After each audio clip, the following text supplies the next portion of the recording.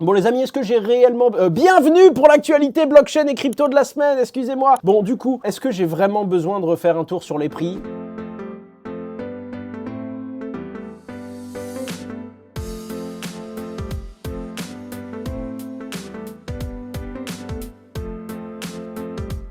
On est toujours au même endroit, légèrement en dessous des 28 000, ça monte, ça descend, mais on est toujours exactement entre le même support et la même résistance depuis plusieurs semaines, pour ne pas dire plusieurs mois. Globalement, regardez-moi ça. Depuis le mois de mai, on est approximativement au même endroit. Le marché est pas particulièrement excitant. C'est un gros coup de pression pour les mineurs de Bitcoin, hein, parce que en mars 2024, il y a un halving, et si t'as pas un Bitcoin au-dessus des 40 000, ça devient très très dur de faire ce métier et de gagner sa vie, quoi. Mais voilà, Bitcoin, la dominance de Bitcoin est en hausse, ça m'intéresse bien ça. Donc en effet, hein, on a Bitcoin qui était à 37% et là qui est presque à 50%, donc c'est une belle prise de valeur. L'Ether s'est plutôt maintenu. Donc ouais, globalement, en fait, ce qui se passe, c'est que là où Bitcoin se renforce et maintient sa valeur, Ether aussi, on peut le dire, on est sur des trucs qui se tiennent. Globalement, on se retrouve avec déjà des stablecoins. Hein. Oh là là là là, la dominance de Tether, c'est fou. Regardez-moi ça, 2%, 4, 5, 6, 7%. Il y a des gens qui sont positionnés et qui sont en stable quand même. Hein. En tout cas, ouais, on a aujourd'hui, enfin là maintenant tout de suite, un Bitcoin à plus de 50%. Qu'on le veuille ou non, Bitcoin est le métronome de ce marché, il n'y a rien à dire.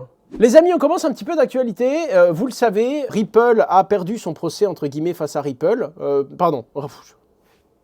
Non, en fait, ce qui s'est passé, c'est que non seulement Ripple a gagné, en fait, si vous voulez, l'un des gros sujets qui était sur la table, la SEC, la Security Exchange Commission, c'est-à-dire le régulateur américain, a fait appel à cette décision du juge, et le juge a estimé qu'il n'y avait pas suffisamment d'éléments, enfin, il n'y a pas de motif substantiel de divergence d'opinion, et donc il n'y a pas d'intérêt que ce jugement soit ramené en appel, quoi. Donc il a tout simplement refusé la demande de la SEC à passer en appel. Pour les raisons indiquées ci-dessous, la requête de la SEC visant à certifier l'appel interlocutoire, oh là là, les termes, c'est terrible, et refusé, et la demande de suspension de la SEC est refusée car sans objet. Voilà, c'est des petits signaux qui montrent qu'en ce moment, la SEC, voilà quoi, c'est plutôt bien illustré ici, c'est pas foufou et ils ont connu mieux dans leur déroulement et dans les soutiens qu'ils avaient. Encore une fois, ça veut pas dire que tout va bien se passer pour les projets crypto uniquement, mais Gary, il est plutôt mal en ce moment.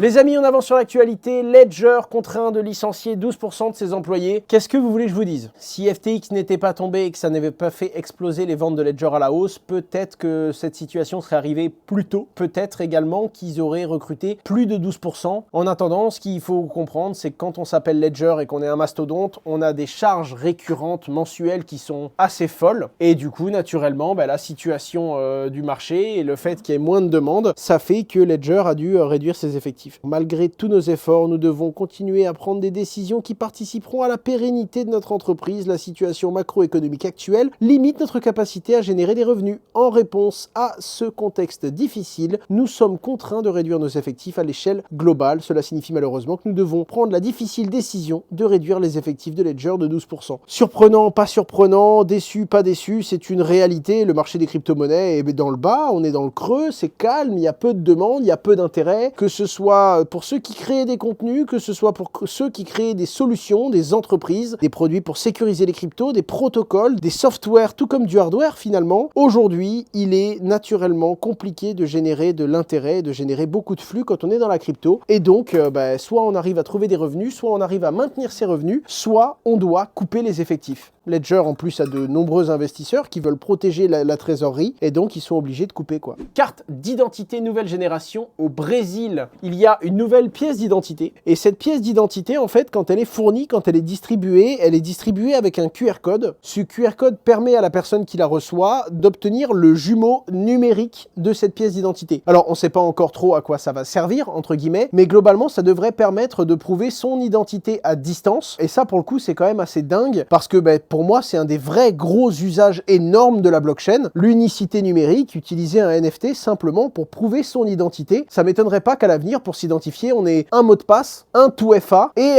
une transaction à signer pour prouver qu'on a le NFT sur son compte. C'est un usage qui est vraiment parlant, qui est vraiment brillant parce que c'est simple et c'est basique comme usage, mais pour moi, c'est quelque chose qui, dans un monde de plus en plus numérique, a totalement son sens, quoi. C'est pas demain qu'on aura ça en France. Apparemment, il y a déjà des tests ou quoi, mais il y a un petit peu d'acteurs privés dans l'identification. Ça m'étonnerait pas qu'un jour, il y ait une solution France Connect qui proposera, ce serait super. Bon, faut quand même nuancer tout ce que je viens de vous dire. C'est pas construit sur Bitcoin ou sur Ether, d'accord? Donc en gros, c'est une blockchain qui est centralisée et qui est détenue par quelques acteurs. Donc c'est pas une base de données, non, il y a de la cryptographie derrière avec des blocs, oui, mais dites-vous que c'est quand même très centralisé par le gouvernement brésilien. On fait des petits pas en avant, certes, mais ça, on va pas dire que c'est parfait parce que ça ne semble pas l'être du tout. Lavapool, les gars, donc vous le savez peut-être, le Salvador a créé un projet qui s'appelle le projet Volcano Energy. En gros, pour faire simple, c'est 241,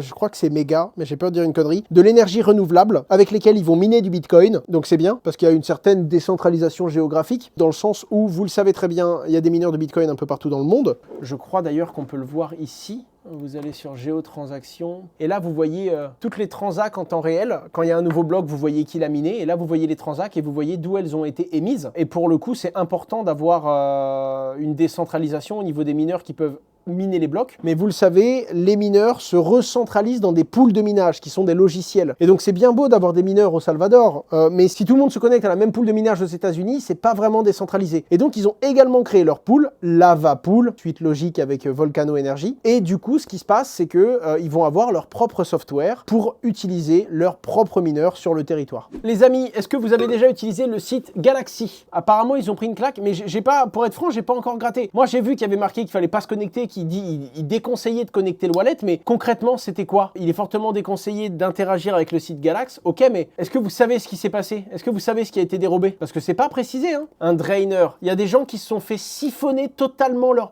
Waouh! Genre, il y a des gens qui ont été sur Galax et qui se sont fait siphonner totalement leur wallet. Plus de 150 000 $. Ok, je vais être franc. 150 000 $, pour moi, c'est pas grand-chose. En fait, pour faire simple, Galaxy, c'est une plateforme sur laquelle tu viens, tu es une entreprise, par exemple, et tu dis, voilà, moi, tous les gens qui me suivent sur Instagram, qui ont commenté, qui ont publié ça sur leur compte Twitter, et qui ont liké ma dernière publication sur tel site internet, eh bien, s'ils créent un compte chez moi, je leur donne 10 €. L'utilisateur, il a un bonus, il a une réduction, donc c'est intéressant pour lui de le faire, hein. Il a des missions contre de l'argent, et en échange de ça, l'entreprise, eh ben, elle gagne des abonnés, elle gagne des followers, et elle développe son audience sur les réseaux. Leur front-end a été compromis, donc c'est l'interface de leur site, quoi. Un mec a contacté leur serveur DNS avec un faux document pour récupérer les accès. A priori, ça lui a permis de changer des trucs sur le front-end et de mettre des mauvais contrats à signer. Et en gros, quand les mecs ont connecté leur portefeuille pour interagir avec la plateforme, ils ont donné des autorisations et ils se sont fait siphonner leur wallet. Moi, je suis juste surpris qu'un truc aussi énorme que Galaxy se fasse taper seulement 160 000 $. Parce que là, un mec qui vient farmer un airdrop et qui a genre 1 million sur son portefeuille, ça doit exister, quoi.